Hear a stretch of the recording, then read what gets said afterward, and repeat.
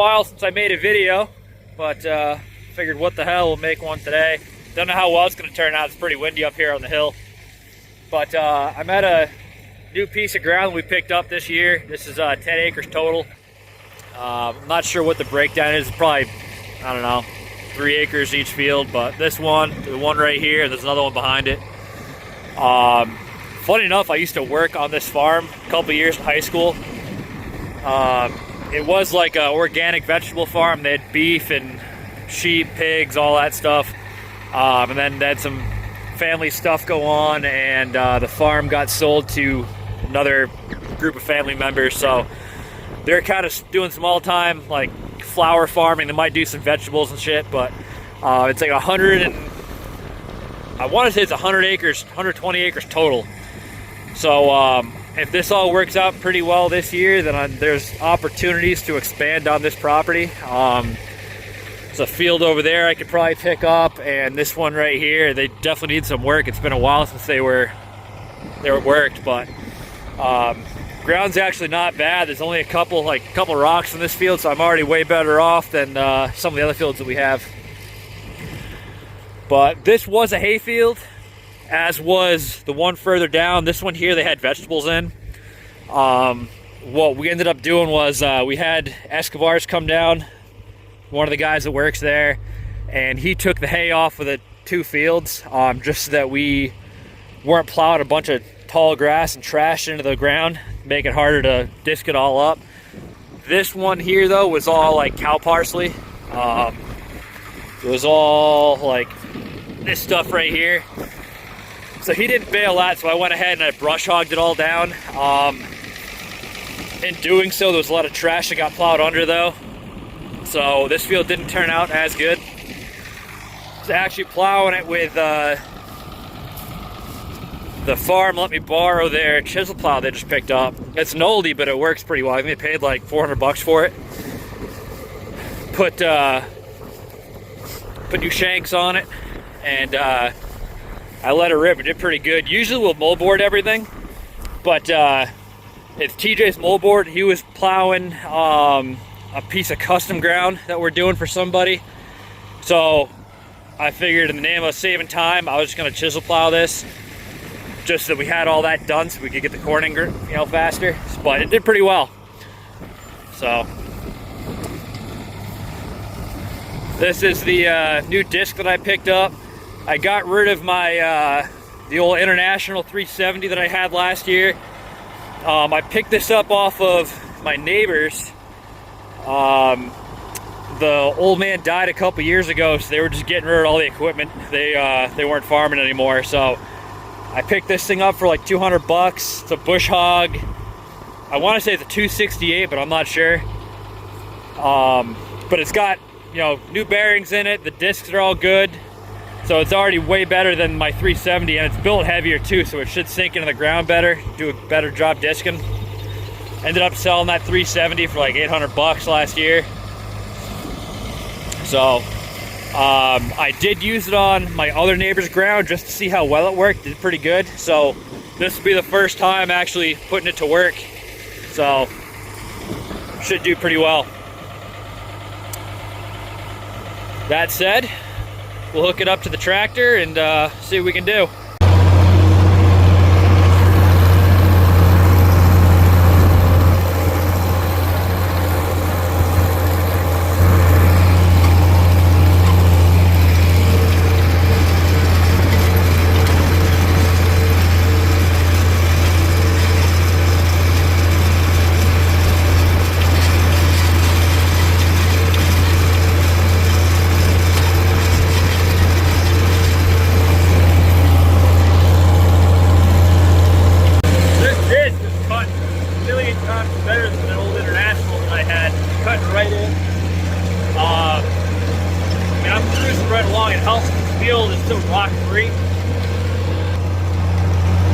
No rocks in this field at all, so I'm in second high, just chugging right along.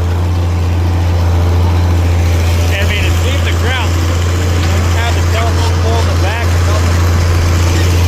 So it's gonna leave a pretty good seed bed for sure.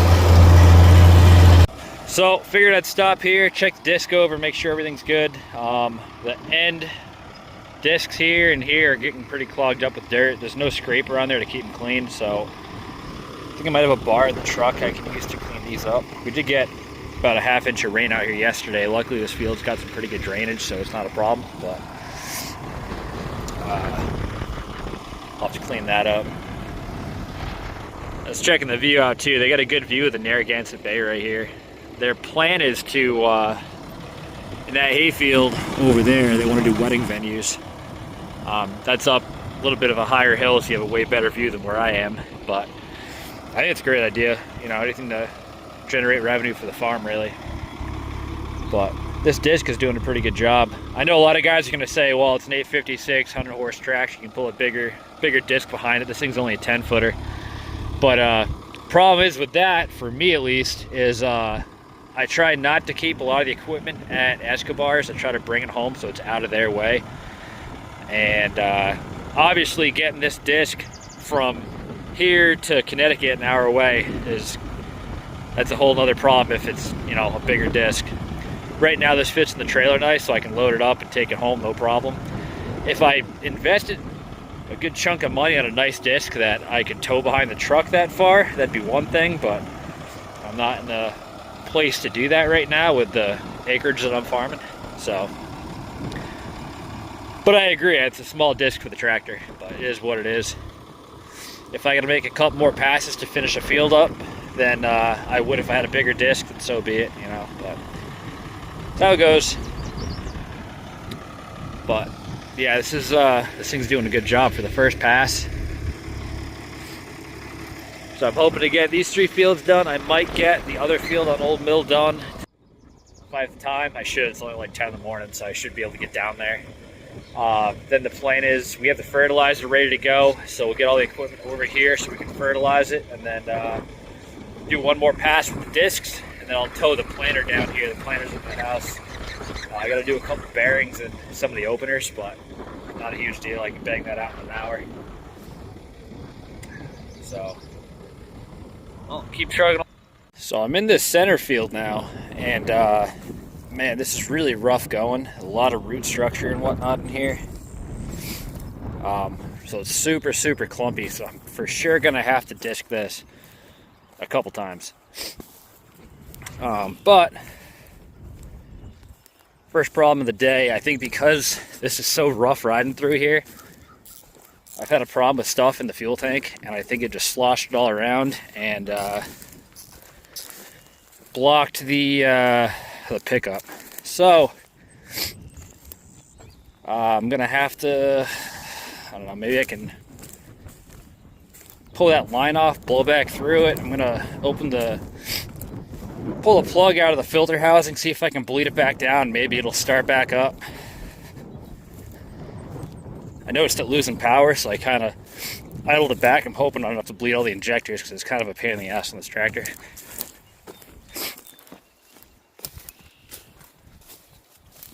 So pull those plugs out, see what we can do. I think it's happened before a couple times. I usually have this problem once or twice a year. One of these days I'll smarten up and pull this tank out and clean it out. Just pulled that one out, bled it out. Get the cap out of this one, so it definitely clogged up. I started hitting that elbow there. I think that's where it is. Just all the stuff gets caught right here. So if I was smart, I'd put an inline filter right here to catch all the junk coming out of the tank. That's probably what I'm going to do after this field's done, because I don't want to have to keep going through this. Oh, there he goes, bubbling out. A lot of air in there.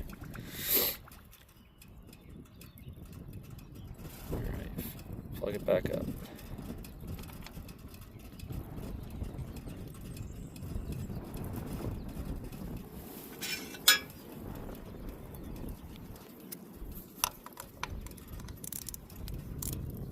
Wrong way.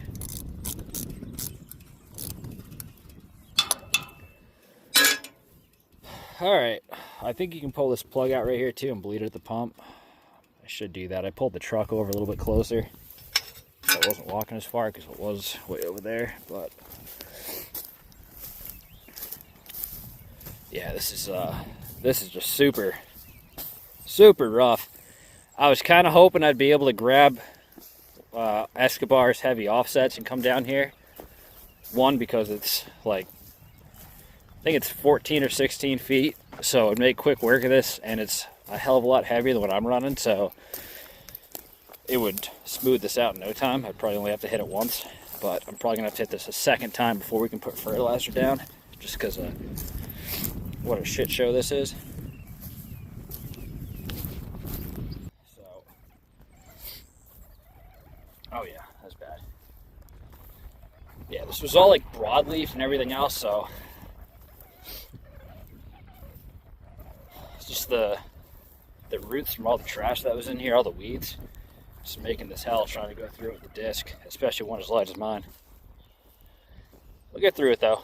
Alright, so switched up the fields and went down to the lower field. Much smoother than that middle one. A lot smaller too, but playing it, kind of afraid that I kept running that field, I was gonna shut the filters dry again, or kick up something in the tank and plug it again. So I want to get this field done. Now I can take my time in that one.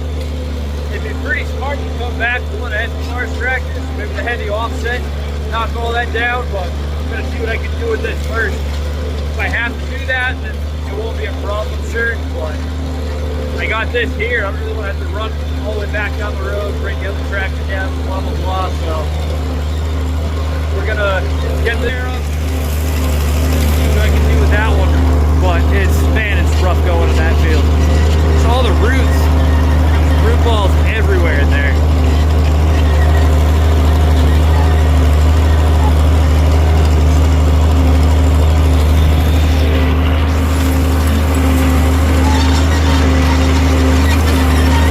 Alright, change of plans. Had to get the heavy hair up this middle field because mine was going right over it.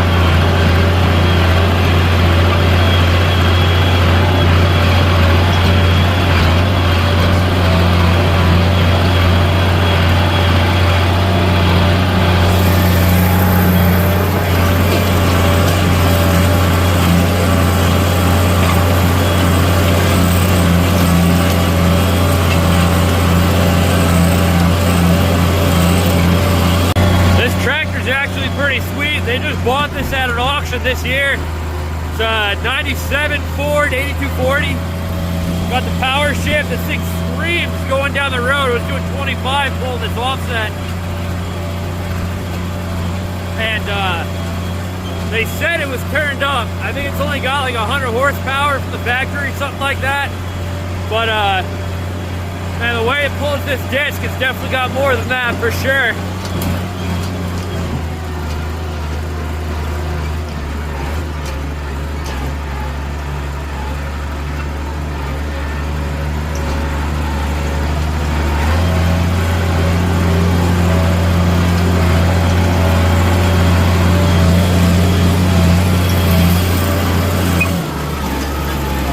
Breaking that up real nice, so I'll come back and hit all this again once we get the fertilizer down with my disc. I just wanted to go, this pump's broken up because it was throwing me right out of the seat of my tractor, so.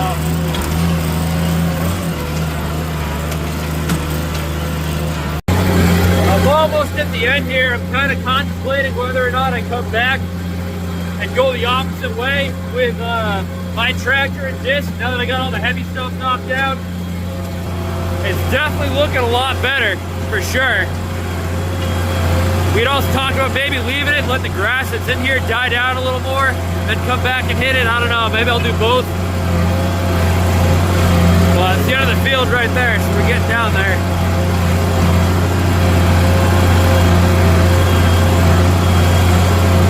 But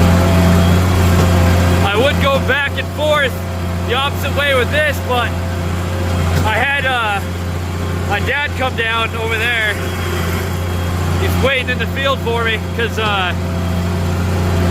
this thing's like 14 feet wide, takes up 2 lanes of traffic. So I had him behind me so no one tried past me or anything like that coming down here. Because there's a couple miles. So unfortunately the roads around here are so narrow. You know, and you got a bunch of dumbass drivers that'll try and pass you on the bank. So I don't want to have him waiting while I go the opposite way. I can drop this tractor off and come back and do it with mine now that all the big stuff's knocked down. So.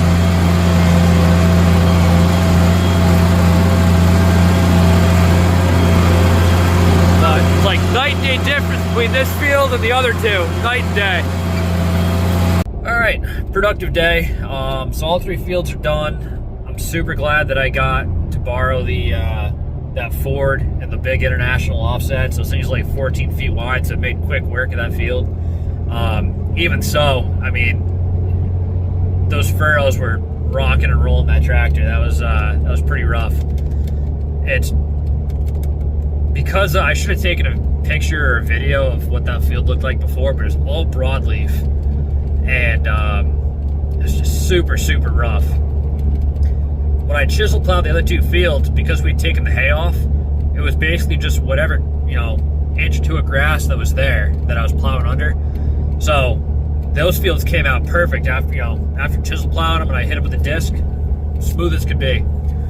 But this one field here, I mean, because you know, that grass was probably, I'd say, 3 feet tall in some spots. And when you hit it with the brush hog, all that material is still there. You got to bury that. And the chisel plow does not do as good of a job as a moldboard would.